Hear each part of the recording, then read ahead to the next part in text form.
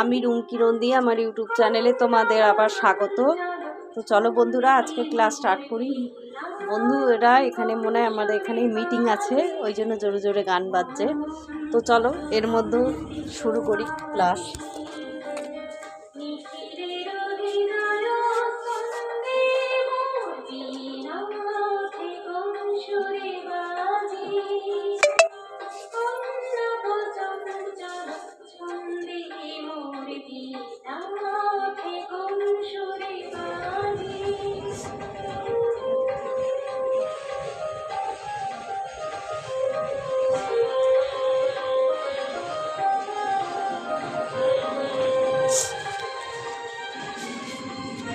খাদ্য পিরামিডের ক্ষেত্রে, সুষম খাদ্যের ক্ষেত্রে খাদ্য পিরামিডের কি ভূমিকা?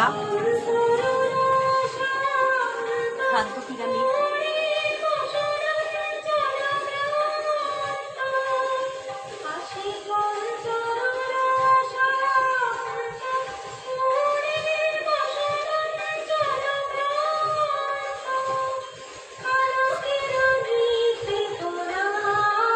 থাকে স্নেহ পদার্থ, তেল ও স্নেহ পদার্থ।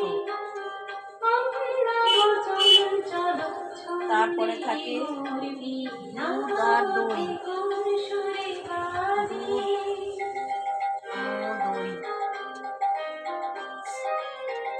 তারপর থাকে দানা শস্য,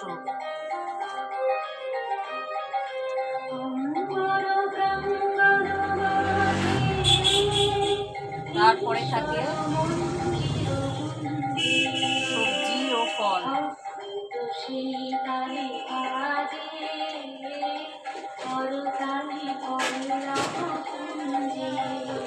থাকে সবজি আর ফল। তেল ও স্নেহ পদার্থ, এর মধ্যে থাকে হচ্ছে সর্ষের তেল, সাদা তেল, এইসব, ঘি, মাখন, এগুলো।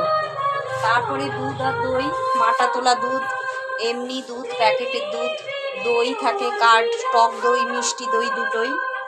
তারপর থাকে দানা শস্য, চাল, গম,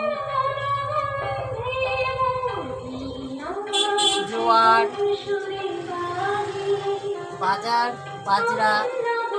বাজরা, রাগি,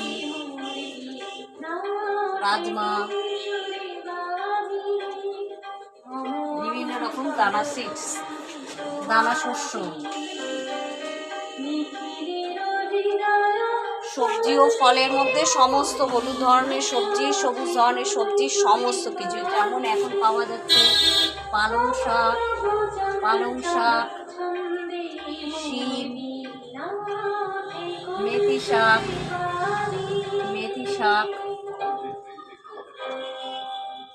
কুমড়ো, গাজর, পেঁপে, তারপর হচ্ছে তোমার কুমড়ো, গাজর, পেঁপে, তারপর মটর, তারপর এখন সব সবজি, প্রচুর সবজি পাওয়া যায়, পেঁয়াজকলি,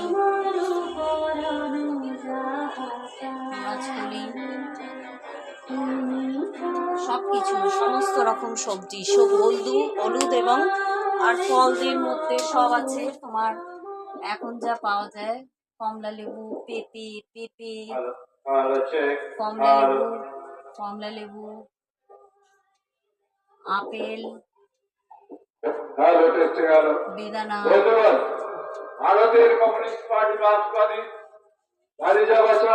তো এই ছিল খাদ্যের পিরামিড। আজ এই পর্যন্তই ক্লাস এখানেই শেষ করলাম। যদি ক্লাসটি ভালো লেগে থাকে অবশ্যই লাইক করে দিও, বন্ধু বান্ধবের মধ্যে শেয়ার করে দিও, সাবস্ক্রাইবের বাটনটা প্রেস করে দিও, যাতে এই ধরনের যে সমস্ত ভিডিও বানাবো তোমাদের কাছে পৌঁছে যায়। এই ছিল আজকের ক্লাস।